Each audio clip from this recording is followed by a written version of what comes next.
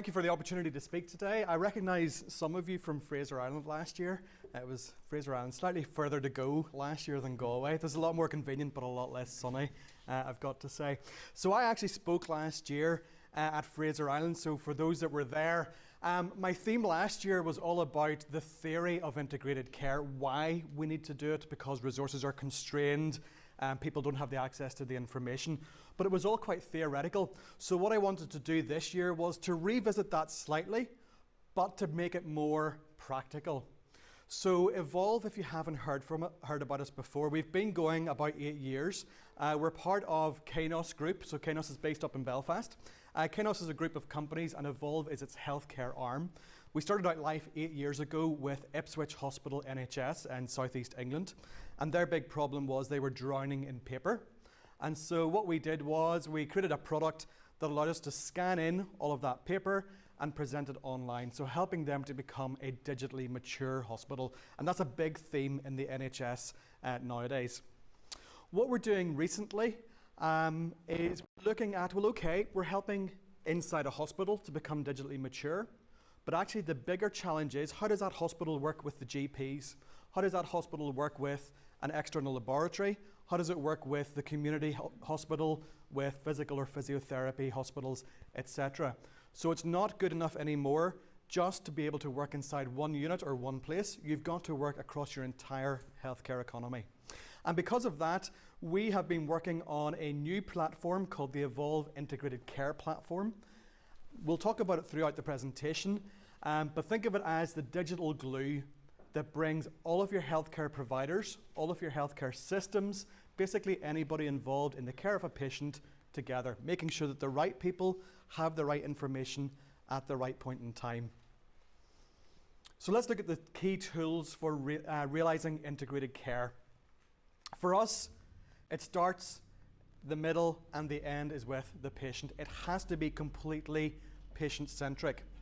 And we've been doing a lot of expansion into the States recently. So currently today we are in about 110 hospitals across the UK.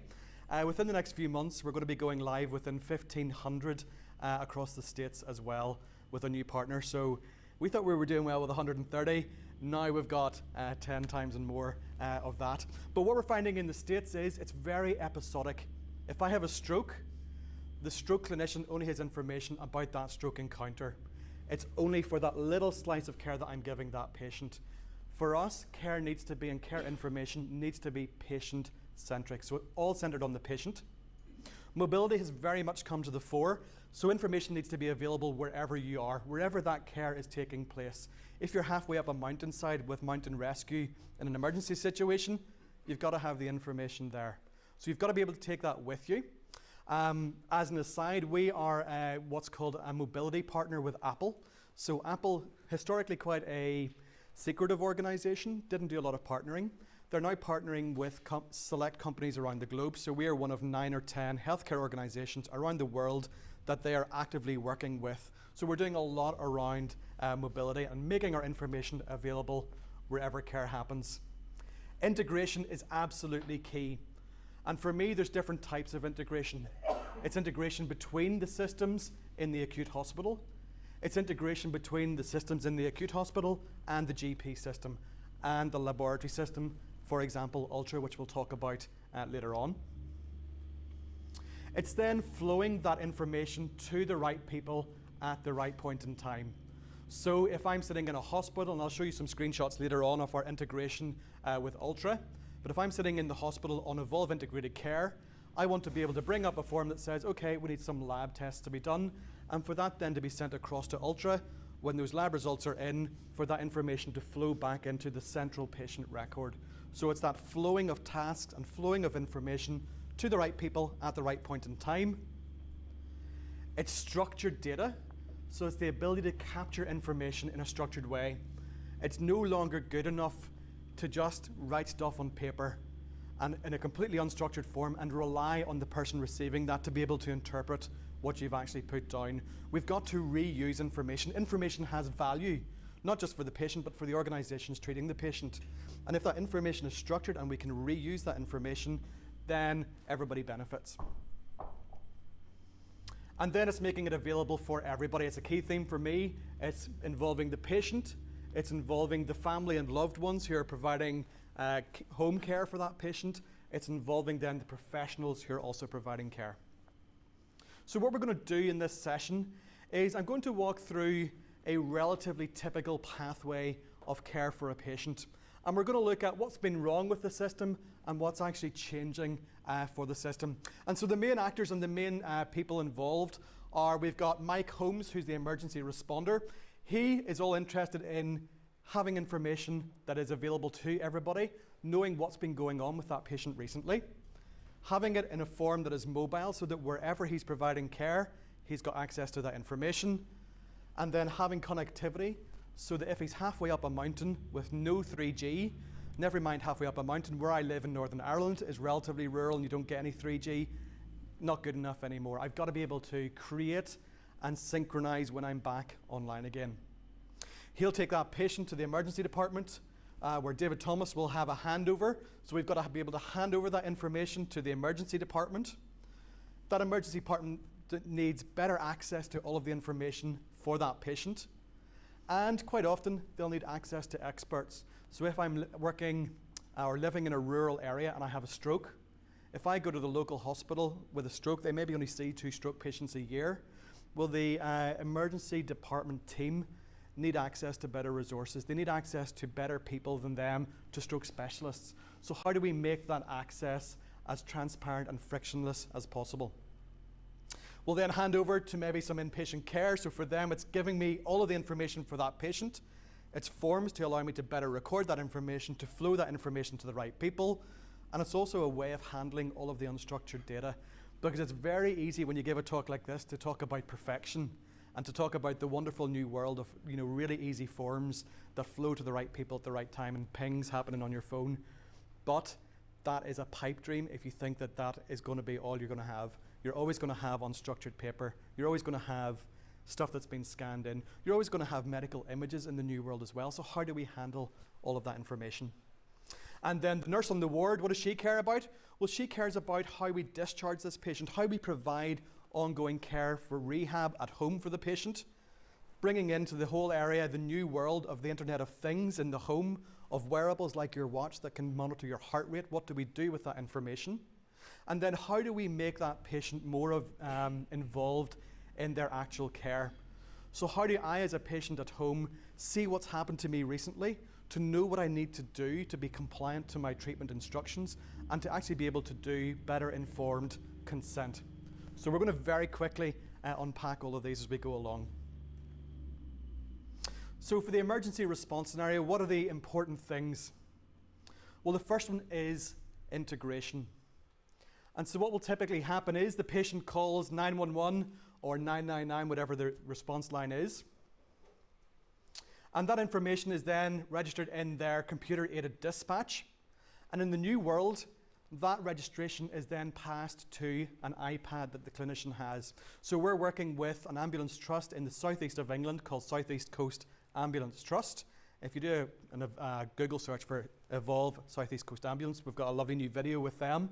And what's happening is Mike, the guy on the left-hand side, that is actually the clinician that we work with. He gets it onto his iPad saying, you've got a new patient incident. And from his iPad, he can then capture all of that information. If there is other information in other systems within the trust, so maybe this patient is already known to us, they are a COPD patient, and so maybe we're seeing them, they're maybe having an emergency incident once every couple of weeks. We know that information already. That's being fed from the other sources that we have to the hospital, from the hospital. So it's all available on his iPad. He can treat the patient. He records all of that information electronically. So he's no longer having to do it in the back of an ambulance, which is bumping along a road, which gives him terrible handwriting that he can't then hand over. And that information is then automatically all flowing back into his patient record. And when that patient is transferred to the hospital, that information flows with that patient into the hospital, so that we're no longer having to spend 10 minutes, 5 minutes in the corridor going over this badly written form that probably when the next person hands it on, they'll have forgotten what half of the squiggles even mean. So well structured, well handed over, well timed data. So for these guys, the big use case is mobility. I need to have access to my information wherever I am. This is actually Evolve. It's not a very clear screenshot. This is actually Evolve for ambulance care being used on an iPad in the back of an ambulance. So CCAM have really taken the challenge and run with it. Ambulance care in general has been relatively technology behind, for the want of a better word. Couldn't think of the politically correct term, but they haven't been as far-reaching with their technology. Generally, it is big, ruggedized devices that only do one thing. So you've got 20 of these things in the back of an ambulance that you have to keep charged at any one time. CCAM have taken a relatively radical approach. They've gone for iPads. As a clinician in the ambulance, it's my iPad. I can access my iBooks for further training. I can do a FaceTime to a colleague if I need them, but it's all there at my fingertips. The other big challenge then is, well, what if I'm mountain rescue halfway up a mountain? I've got to be able to do this whilst I'm offline. That means two things. I've got to be able to capture that information about that patient offline. But if I'm the first responder and then you turn up in a second unit, I've also got to be able to give you that information offline. It used to be they just handed over the form, no matter how awful the state was. Well, now what I need to be able to do is from my iPad to your iPad, without going back to the central server because there's no connectivity, we've got to peer-to-peer via Bluetooth or similar mechanism, hand that information over. So the way this is working is we've got Evolve for ambulance care. So it's all about being able to create the patient record offline and fill it in offline. Being able to, wow, wobbly screen. Being able to do a peer-to-peer handover between the different parties. Having structured data on our forms, which will then flow into the hospital systems. And so then when I arrive at hospital, that information is available to the hospital as soon as I get there. All okay so far? So when I arrive in the emergency department, let's look at the two most common scenarios. In the old world, when the ambulance arrived, I needed to physically go to Margaret, who's the receiving clinician, go, Margaret, okay, here is Sean. Sean is a 50-year-old man. He's had a bit of a stroke. 50, Sean? So sorry, Sean works with me.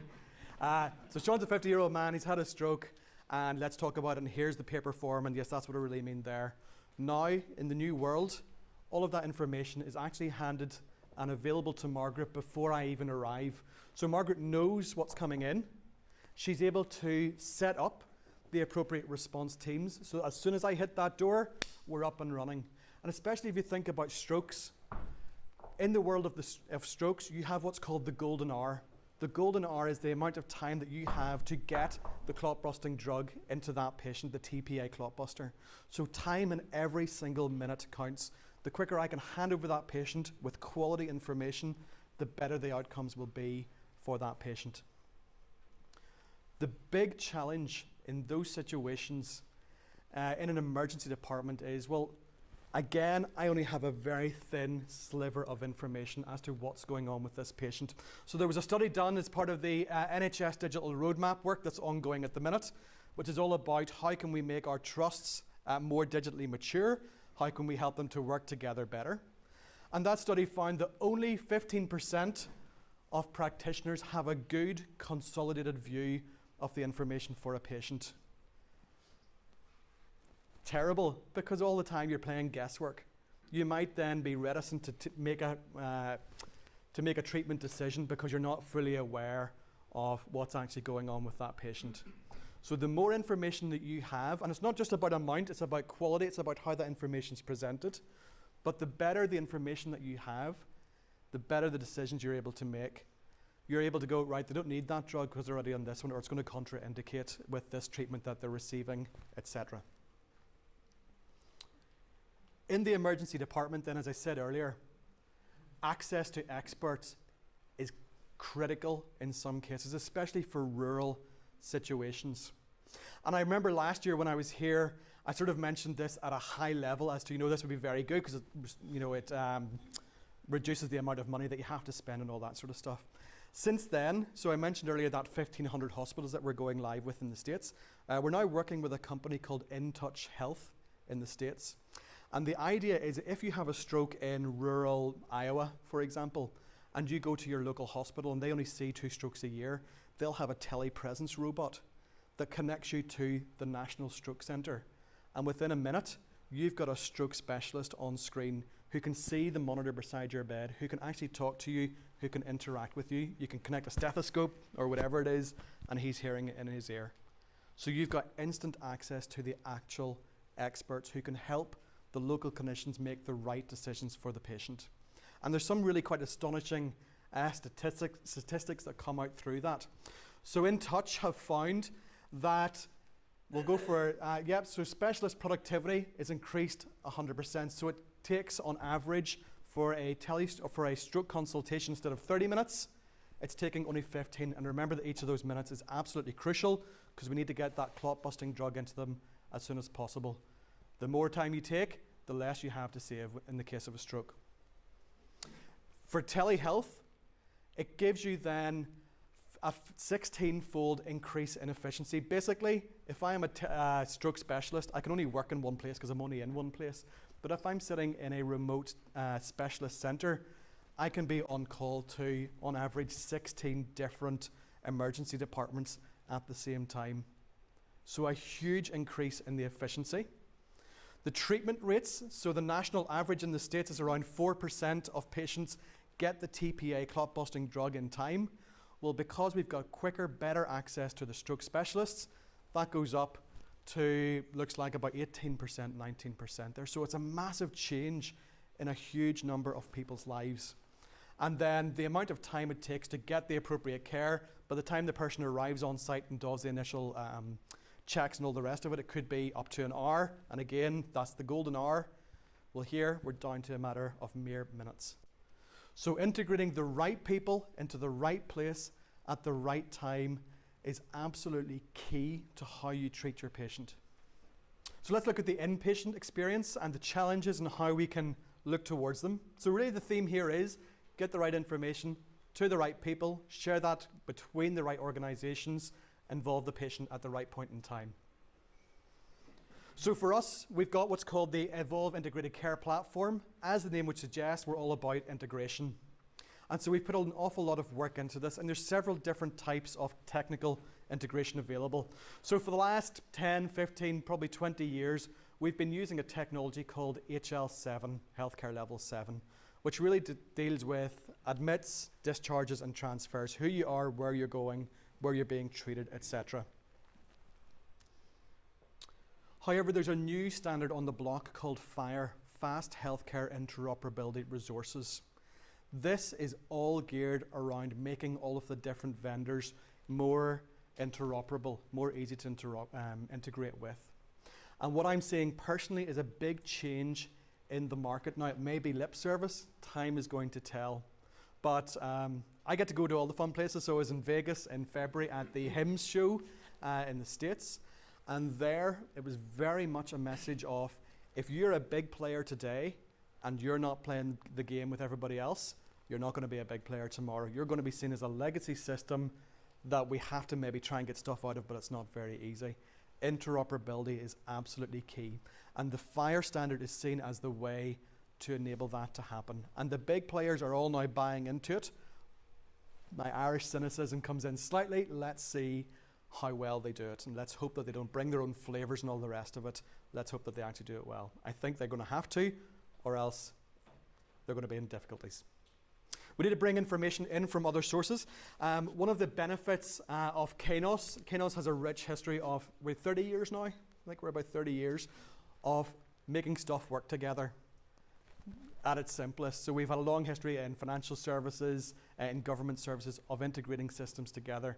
And so whilst it may be a system that's sitting on top of a healthcare standard, it might just be a big old database somewhere that we have to get the information from. So we are very adept, and we've got a lot of experience in doing that. We use a lot of integration engines, so HL7 engines, to make things easier. But what we have found in practice is that the biggest challenge is not technical. KNOS are great at that. It's the politics. It's the politics within an organization, and then it's the politics between organizations. The NHS is pretty good because the NHS has a sort of a credo of, you know, we're all working together, we're all one organization. It is different in the States, but what we're seeing in the States is a shift in how things are structured. So with the new accountable care model, etc., organizations are more responsible for the wider care of the patient. So you've got the big players, Kaiser Permanentes of the world, who are now investing in downstream organizations. So they're no longer inside the hospital, they're also investing in the pharmacies, they're also investing in the physiotherapy, physical care centers, in rehab. But all those centers and all those organizations downstream are all running their own systems. So they've got to be able to put a layer on the top of all of those systems and organizations to make it work together. So there is a certain amount of politics to be worked out. So let's have a very quick look at the Evolve Integrated Care Platform. So here is the patient dashboard for Jane Smith. And here we can see the various observations that have been gathered for this patient. The various conditions, it's not very clear, but there's hypertension from Mount Charles Healthcare, who's running Epic. She's got cough and fever, atrial flutter. There's mobility from Sunnyvale Care, who's running Cerner. We've got various medications, so digoxin, doxazosin from the different organizations who are running different systems. The key thing is, different organizations running different systems, we're bringing all of that information into one place. We can see who's involved in the circle of care for this patient, so the various family members, the various organizations who are involved, so that we know who to contact. And down the middle, we have what's called the activity stream. Made it look like I just brought that down. That was really cool there. The activity stream for me is like the Facebook wall for the patient's care. It's what's been happening recently, and if I've only got a couple of minutes, I can see exactly what's going on. And that could be structured information, or it could be unstructured information like a scan of a blood science report or documentation that you've previously scanned in. For observations, here we can put a device in the patient's home, and it could be as simple as my Apple Watch. This is actually a feed that comes from my Apple Watch on a daily basis that's fed into my patient record. Or it could be a clinical grade device like a blood pressure cuff in the patient's home. But the idea is all of this information is feeding and being aggregated into that patient record. Because we're on iOS here, I can sideswipe and bring up, so I'm looking at medications, I can see that she's on doxazosin. I can bring up an additional source of information that tells me about doxazosin. So maybe she's come in because of a fall. Well, I can see she's on doxazosin. That causes blood pressure fluctuations. So she's probably had a little bit of a turn because of that. So it's again the idea of, yes, we've got the healthcare information, but we then also got the surrounding information that helps me to make the appropriate decisions for this patient. So for us, it's all about bringing the right information into the right place at the right point in time. I can also fill in forms from here, so nicely structured electronic forms that I can fill in that will then kick off a workflow to the right people at the right point in time with the right information maintained. And so I can then get a little alert that says I need to fill in this particular form. And I can see all of the surrounding data like the encounter information and like the condition information. So for us, the integrated care platform is all about scoop everything together as much as you can get your hands on, help them to make sense of it, give it to all of the players involved in that patient's care at the right point in time. We've had a very busy year. We have also then engaged with Cirdan, one of the reasons why I'm here. Sean, put your hand up, Sean. Sean is the person to talk about when we talk about the Cirdan, because he's very much involved in that relationship. But what's basically been happening recently is that Cirdan brought in Kainos Enterprise, so a particular part of Kainos, to help to extend the Ultra platform. And what we've done is we've built a nice new web interface, so you'll see it on the various items. So I've seen it a couple of times on various stands. Nicely updated marketing materials, Margaret, good. We've built a new interface for users. We've also built a new interface for interoperability, so that FHIR standard. And FHIR is key. You're going to hear about FHIR all the time when you hear about interoperability. It helps systems to be future-proofed, to work with the other players that are out there. It helps systems to have more market reach because it is becoming an international standard, all based around interoperability. So this helps Ultra to really extend its reach and to really be one of the big players within the laboratory and pathology world, information management world. What we then have done is we've taken it another step further, in that we're also then, because the integrated care platform that you've just seen talks via FHIR, it gives us a great opportunity with the integrated care platform to then talk in to Ultra. And so we've been doing some proof of concept work recently. And this allows us to maybe start requesting a test within the integrated care platform, have that test passed across to Ultra as a to-do. When the results are in, have them passed back across to integrated care with the results stored within the patient record. So let's have a look. So here's the integrated care platform again. I'm logged in as Dr. Mark Gloucester, top right. And what I'm going to do is select a patient record for Kathy Smith. So here is Kathy Smith's patient record with, again, her conditions down the left-hand side and all of her various observations on the right. And, again, all of the medications from the various different systems. And so what we've done is we have also now got the ability to make an online test request, it says there. And we can also see pending test results and completed test results as well. And this is the information that's flowing back and forward from ourselves and Ultra. So here's a list of test results. So we've got a urinalysis with reflex culture up at the top there. If I click View Full Report, it then gives me the atomic data that has been flowed in from Ultra. So the idea of Evolve Integrated Care being that one-stop repository for the lab results, but also the information that's coming from all those different systems. And so I get a much better, much more rounded view of the patient. From here I can select, I'd like to do an online test request, please.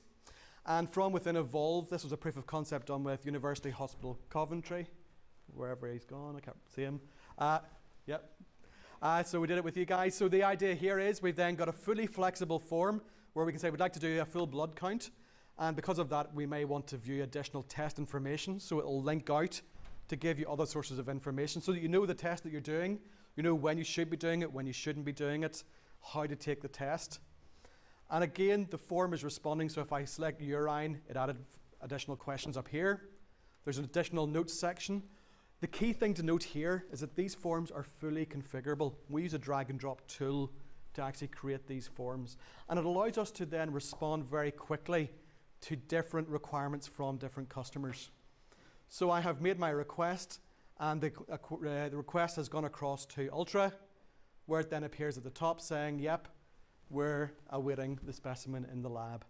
So it's that idea of you start off in one system, you fill in the form, that information flows via FHIR across to Ultra. When the results are added in Ultra and the test has been done, those results will then flow back across to Evolve. And within Evolve, we have workflow. So if I click on My Tasks on the left-hand side and click on Test Requests, I can see that there is a test request has come in. And so I will then do the necessary steps to move that along. So it's all about keeping the information. It's about orchestrating the workflows. What needs to happen next for the care for this patient? Simple enough? Yep. So to do this, we're underpinned by electronic forms. These forms are very configurable, so it's a drag and drop exercise for us to create new forms. And that's actually why InTouch loved us so much, because they had a very wide customer base that had very wide requirements. Instead of hard coding that into screens every time, they just wanted to be able to very quickly configure forms. Because our information is electronic, you get to reuse it in flexible ways. And with the workflows, it allows us to then coordinate the care between the different organizations. So if you think about the Evolve Integrated Care Platform sitting on top of the different organizations, if I'm in the GP and I start a process, that can coordinate the care within the acute setting. It can coordinate the care within the rehab setting and back to the GP. So it's trying to bring everybody along on the same care pathway. And as I said, it's very drag and drop. So here is actually the a workflow process. So you start here, you show a particular form, you send it to this team, etc. And you can drag and drop and create it. If you've ever used Visio to create a flow chart, it's exactly the same sort of idea. It's the same mechanics. So this is all well and good when we talk about structured information that we're gathering in forms and sending to the right people at the right point in time. But what about all of that unstructured information? We cannot turn our back on the fact that every hospital in the country has a warehouse full of paper that they are spending millions of pounds to trolley round their building. When we first started thinking and looking towards the States as an expansion point, I remember, so I've been involved since day one, and I always remember going, oh no, the States, that's not really going to be for us, because look at Grey's Anatomy. If you watch that, they're all wafting around with iPads and everything is just so shiny and digital. Rubbish. Basically, they have a slightly different approach on it. They are further along the digital maturity path, but every hospital in the world still has a heck of a lot of paper shuffling around behind the scenes. So we need to be able to deal with that. We cannot ignore it. It certainly plays to our roots in Evolve. And so the idea is, alongside all of that structured information, you can scan in and make available the unstructured paper-based information as well. So we help you to start changing the processes that are so reliant on paper as you move towards digital working.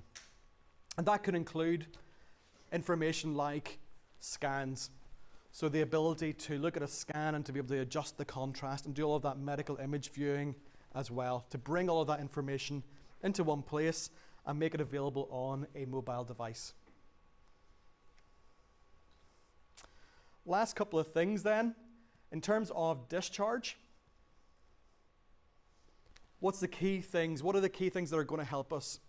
It's making sure that everybody's fully involved and fully informed. My dad had carpal tunnel syndrome, and the amount of times he went to his GP and got said, oh, sorry, we haven't received the letter from the hospital yet. Can you come back next week? Oh, no, sorry, we still haven't received that letter. Complete waste of time, complete waste of money, and also a massive headache for my dad. And he was perfectly capable. So we want to make sure that everybody who's involved in the care of that patient has full access to that information. In the States, there was a study done, and it said that nearly 1 in 5 patients with amputation, with heart valve problems, or debridement of wounds, etc., were readmitted within 30 days. A lot of those readmissions can be avoided if the information is made available to the right people at the right time. There are too many speculative admissions. So you go to the GP and he's going, I'm not really sure. Do you know what? We'll send you to the hospital. If they had the right information that told them how that patient was being treated at the hospital, what that hospital did when that patient was in front of them, they wouldn't be sending nearly as many patients back in. So we can do a lot to transform that care. One of the things that we can do to transform that care is Internet of Things and devices in the home.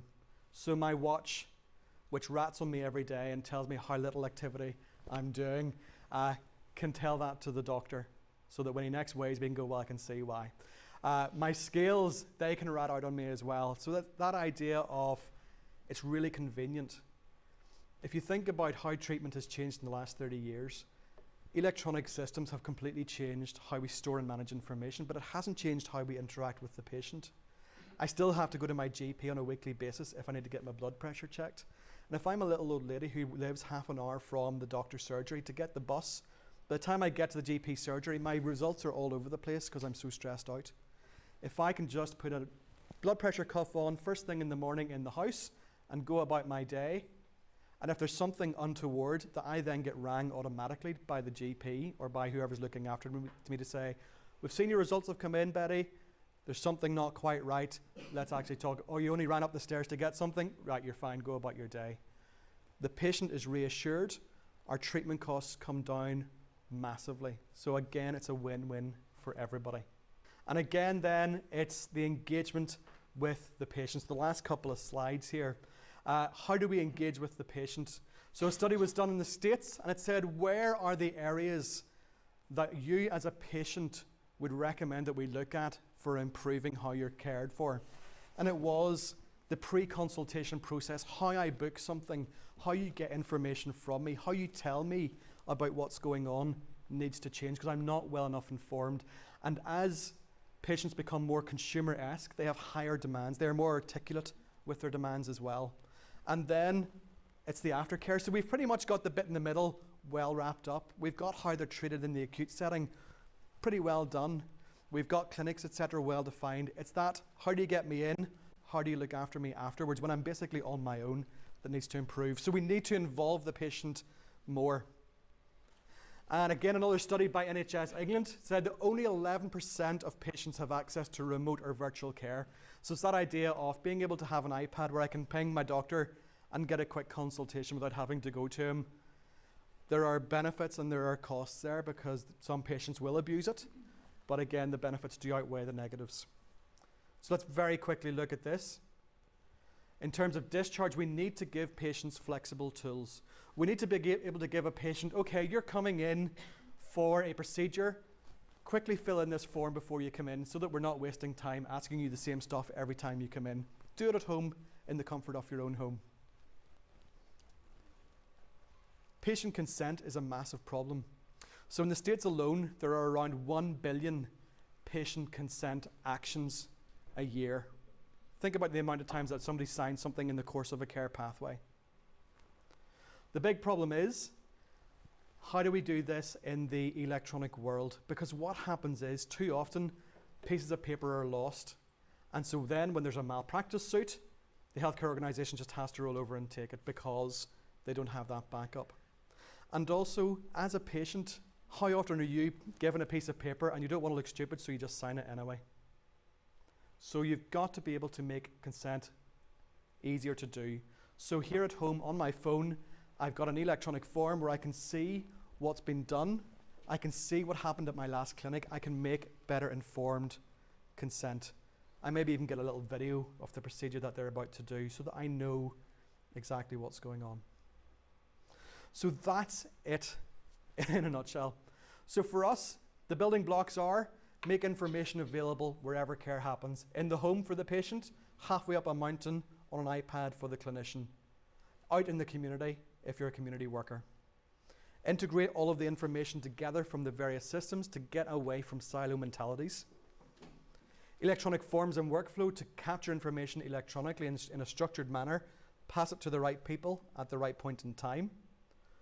Wearables, Internet of Things to change the healthcare model, how we actually treat a patient and where we're treating them. Make it patient-centric. No longer I only know about the stroke, I only know about their physiotherapy, I know about the wider holistic patient. And underpin it with the appropriate security so that the patients know that their information is held safely, the appropriate auditing so that we know that it's being accessed appropriately, and make it available for everybody involved in the care.